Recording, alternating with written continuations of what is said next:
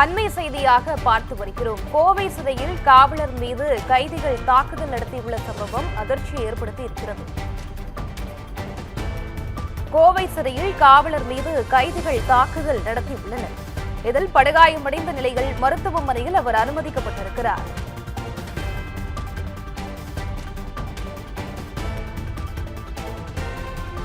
இருபத்தி 9வது பிளாக் பகுதியில் காவலர் வெள்ளை பாண்டியை கைதிகள் 3 பேர் சரமாரியாக தாக்கியிருக்கின்றனர்.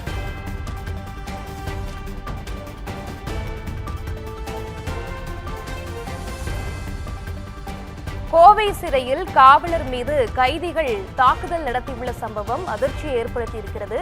இது குறித்தான முழு விவரங்களுடன் இணைந்திருக்கிறார் எமது செய்தியாளர் ஞானசேகரன். வணக்கம் ஞானசேகரன், முழு விவரங்கள் என்ன? வணக்கம் பவித்ரா. கோவை சிறையில் காவலர் மீது கைதிகள் தாக்குதல் நடத்தினர். இதில் படுகாயமடைந்த அவர் மருத்துவமனையில் அனுமதிக்கப்பட்டுள்ளார். கோவை மத்திய சிறையில் 2500 கைதிகள் அடைக்கப்பட்டுள்ளனர். தண்டனை பெற்ற கைதிகள், விசாரணை கைதிகள் என்று தனித்தனியான பிளாக்குகள் உள்ளன. இந்நிலையில் 29வது பிளாக் பகுதியில் கைதிகள் ஆனந்த், ஜெயமணி உட்பட 3 கைதிகள் நேற்று நின்று கொண்டிருந்தனர்.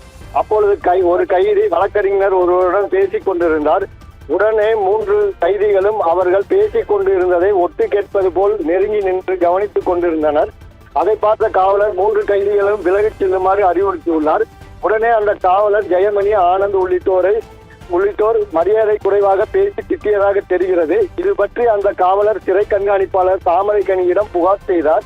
அதன் பேரில் அவர் வந்து விசாரணை நடத்தினார். இதனால் ஆத்திரமடைந்த அந்த 3 கைதிகளும் சேர்ந்து நேற்று சிறை காவலர் வெள்ளைப்பாண்டியை சராமரியாக தாக்கியுள்ளனர்.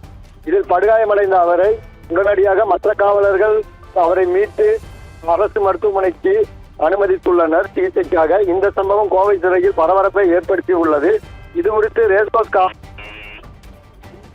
செய்யப்பட்டுள்ளது. அதன் பேரில் அந்த 3 கைதிகள் மீது வழக்கு பதிவு செய்யப்பட்டு மேலும் அவர்கள் 3 பேரையும் வேறு சிறைக்கு மாற்றவும் சிறை அதிகாரிகள் நடவடிக்கை மேற்கொண்டு வருகின்றனர்.